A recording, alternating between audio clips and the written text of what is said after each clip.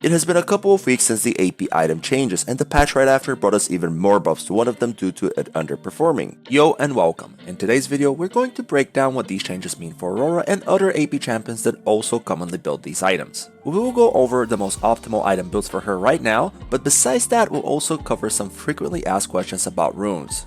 Why runes? Well, lately there's been an ongoing discussion around a particular keystone, and a lot of players have been wondering whether that actually might be the best current choice for her. But before we start, a few important things. First of all, everything I say is of course my opinion. My credentials are that I finished around 1000 LP Challenger last season, and I'm currently sitting around 800 LP climbing the ladder. In both of these seasons, my most played champion was and still is in fact Aurora. And while I do have a fair bit of experience, at the end of the day there's more than just my way of playing and view of the game. So if you don't agree with everything I say, that's totally fine. Take only whatever you feel like is valuable to you and use it to refine your own gameplay. The second thing is regarding Aurora. Everything I say does apply for both top and mid lane, but no matter where you play her or what your setup is, in order to find success with a champion like her, you need to make sure that whatever you do, you have enough damage to carry the game. Aurora doesn't really provide all that much besides straight damage, so if you can't assassinate enemy champions when the time calls for it, you're not gonna have a lot of success. That's really the most important rule to follow when designing your setup and build.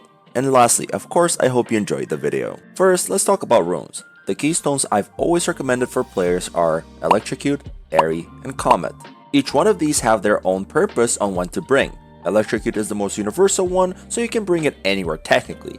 But if you want the more stable laning phase and ensuring that you can match certain champions in the laning phase, you can go Airy versus melee and Comet into range matchups. Of course, there's more specific rune pages that you can bring, and also the explanation on when and what to bring is more in depth than just melee and range champions, but that just simply put the general idea behind the 3 keystones. Recently, there was a Reddit thread made by a high elo NA player Talky Bunny. To summarize, he is advocating that First Strike is underrated, and it's an insanely good rune on Aurora. So let's talk about First Strike. The reason I've personally never mentioned it in my videos is because I don't think it's a very good rune in general. After the back-to-back nerfs it received a few seasons ago, it got changed from a keystone that you can bring in any situation where you want a high-risk, high-reward rune on a burst or poke mage-like champion, to a keystone that still has the high-risk aspect, but not that big of a reward. It's more of a scaling rune now, and while it still has its place on certain champions in certain cases, Aurora specifically can only bring it against opponents that do not outrange her, can't remove First Strike very easily, and she doesn't need extra firepower early on to put them behind. If all of these conditions are met, you could consider bringing it in exchange of one of the other runes.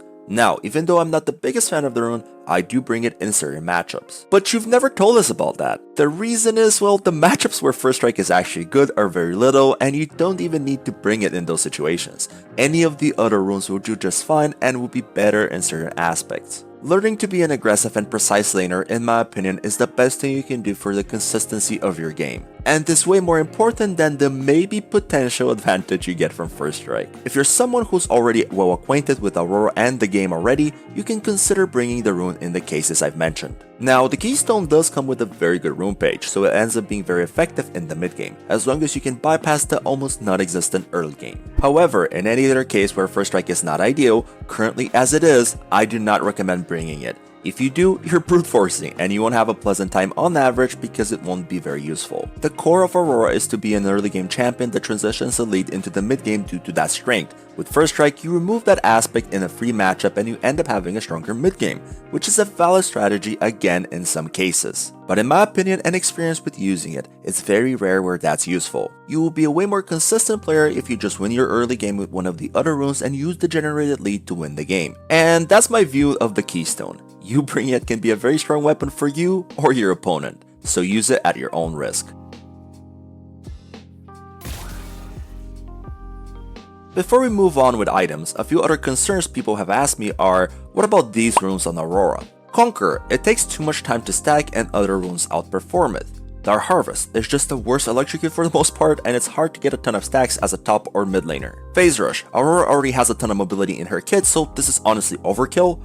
Grasp, it can work, but Airy is just better in cases where you'd bring it and also doesn't provide too much later into the game. That's basically it for keystones. But one more thing I just remembered though, Unflinching also got a buff recently and it's pretty good. So in the Tree vs Riven or Jax, you could end up exchanging Overgrowth for it if the enemies have a bunch of crowd control. For the full rune pages, I won't be showing them here since I've already went in pretty in depth on them in my previous Aurora guide. And not that much has changed really. If you're only interested about the runes portion, there's a link below with all the pages that I use with explanation on where to bring.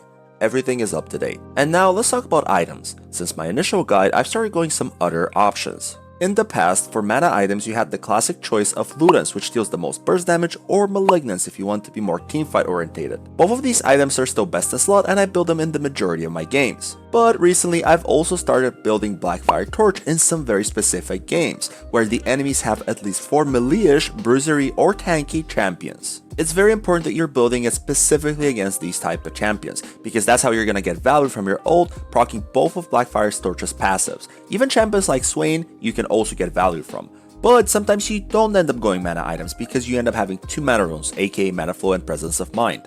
You can go straight into Liandry if your opponent is a tank and the enemy team overall has at least 2 tanks, or if let's say you face someone like Yone or Yasuo on top lane. I recommend this page, and together with it you can straight up build Storm Surge for a first item, just like some of the other cooler assassins do. Storm Surge got a significant buff, so once again it's back into its glory days. Moving on to secondary items, Storm Surge is still a good option if you didn't skip a mana item and the enemies have at least 3 squishy champions and you want to be able to one-shot them specifically. Or if the enemies have a mixture of everything, you could just jump into Shadow Flame.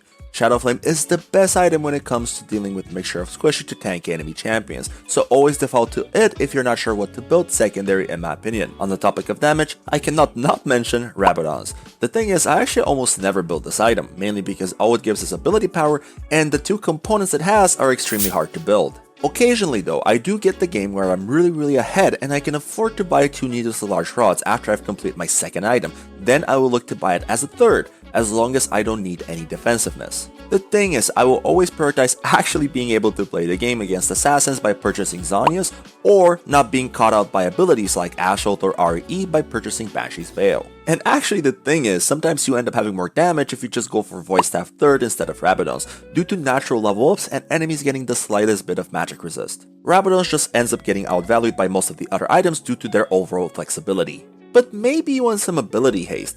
Luckily for us, Criblum is basically Void Staff but better in some circumstances. If your build ends up not having enough ability haste due to specific items having priority, going for Criblum 3rd or 4th is a very solid option. This item can single-handedly salvage your build, and losing on the 10% magic pen is honestly not that bad in comparison of how much ability haste you get. As long as you scout for information utilizing tab, it really comes down to your judgment on how much magic resist the enemies will get and the overall idea behind the build you're going for. I personally build Criblum more often than Void Staff, but it is individual game dependent. And what about this item?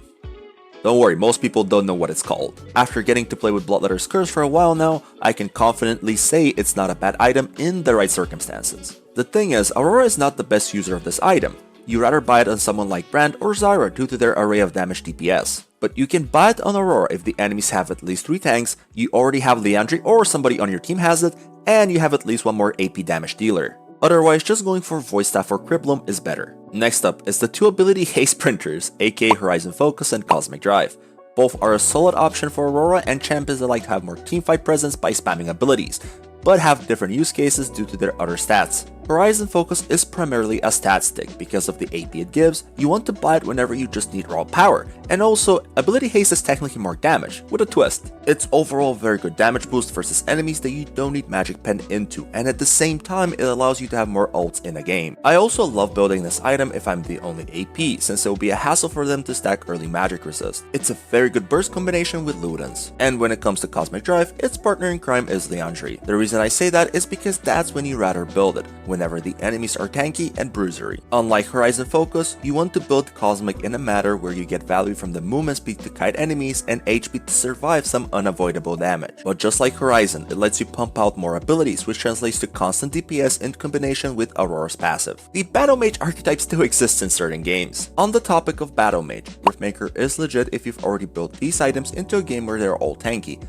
I've personally tried it a few games and I think it's an okay choice. And the last item we're going to discuss as a viable option for Aurora that honestly is weird that is even an option to begin with is hashtag Rocket Belt. The reason why it's a more viable option now is because they made it more damage orientated rather than tanky, and on a champion like Aurora or Silas, that's pretty good. When do you actually build it though? You want to get it in a situation where everything it does makes sense. Obviously the AP is okayish and the haste is pretty good, but the HP should also have value, so against assassins preferably.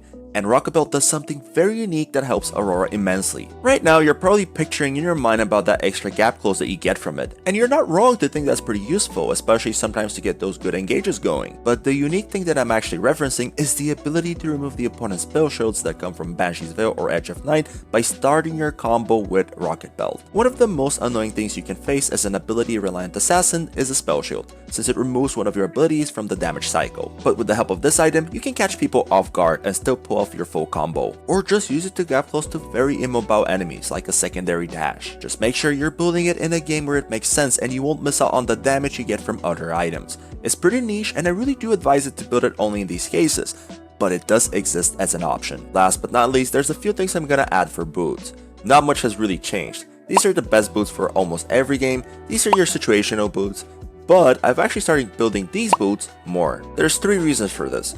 In some games, you end up having no easy access to ability haste, so if you go with a very aggressive build, these are a very good source for that. Second, these boots are a very good tempo buy due to their low cost, but also if your summoner spells are just coming up, you can buy them beforehand for more usage. And third, after they lower the cost of the tier 3 upgrade, I think they're a very good source of utility.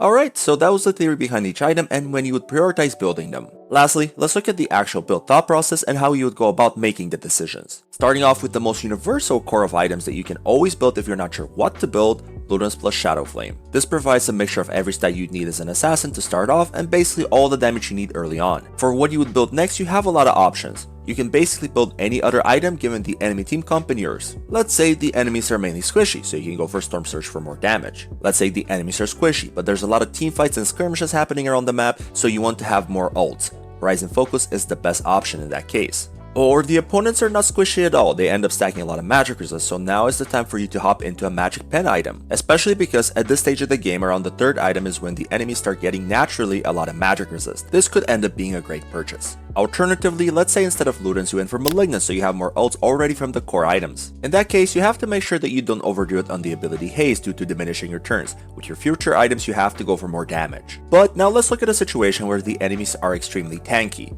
If you have only 1 mana rune to work with, my recommendation is to go for one of the 3 mana items into Liandry. Then, depending if you're the only magic damage dealer on your team and how much magic resist you think the enemies will stack, your options are Cosmic Drive, Bloodletter's Curse, Cribloom, or Void Staff. Now, if you went for 2 mana runes instead, you have the option of completely skipping the mana item and straight up jumping into Liandry. While Liandry is obviously not the best item for Aurora in general because she wants to go more assassin-y, it's still the best tank shredder item in these type of situations, so start off your build with it. And after you've developed your core, now you can go for any more situational item that I've mentioned before. Of course, the variants are endless, but I just wanted to show you the idea on how to problem solve your build in different instances. And last, this time for real. I made a Google document with all of this information and even more, so you have it all in one place for reference, and also I went over all the rune pages that I bring in my games with explanation for each one. Everything is up to date with the release of the video, and I plan on updating it whenever something new pops up. Link down below. And that was it for this video. Occasionally I'll have to make more updates on Aurora since League is a constantly evolving game. Also, sorry for the wait on this video. I had to take care of some things in my personal life. Hope you guys understand. I hope you enjoyed the video and any subscription, like, and comment is welcomed. Wishing you all a fantastic day or night.